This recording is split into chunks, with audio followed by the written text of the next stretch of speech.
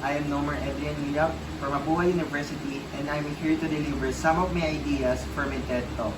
Let me ask you some questions first. Have you ever wondered what life would be if there's no changes in the world or no developments? Can you imagine if the world that we are living in is still the same, in which neither developments nor changes occur? Can you say that we will be living normally and that it's okay if it did not become the world today? The correct answer is, it depends on how one views it and how one uses it. If we would consider its adverse impacts, going back to the ancient period to our present world can be considered a huge step. It is a major change that had happened into our world. Obviously, changes happen because it needs to solve problems. All the machines, technologies, and other kinds of stuff that around us are helpful without a doubt. Let's put it as an example. If you're hungry in the middle of the night and you wanted to eat something like a rice meal, what would you do? Others would open the gas stove while others would use a microwave to reheat leftover foods. If we would compare it without the technologies involved, many things will come to your mind like, oh, if there are no technologies, no refrigerator for leftover foods, no gas stoves or even microwaves to cook or reheat foods, then it is hard work to create food.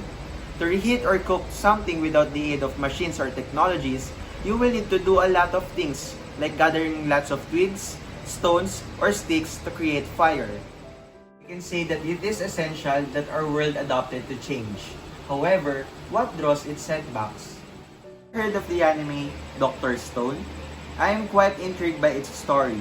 The anime is about a scientist who is living in the present world, but suddenly, something happened and they revert back to the stone era. In the anime, he wanted to recreate everything, using his knowledge from the present. He created sort of things, using scrap materials and many more.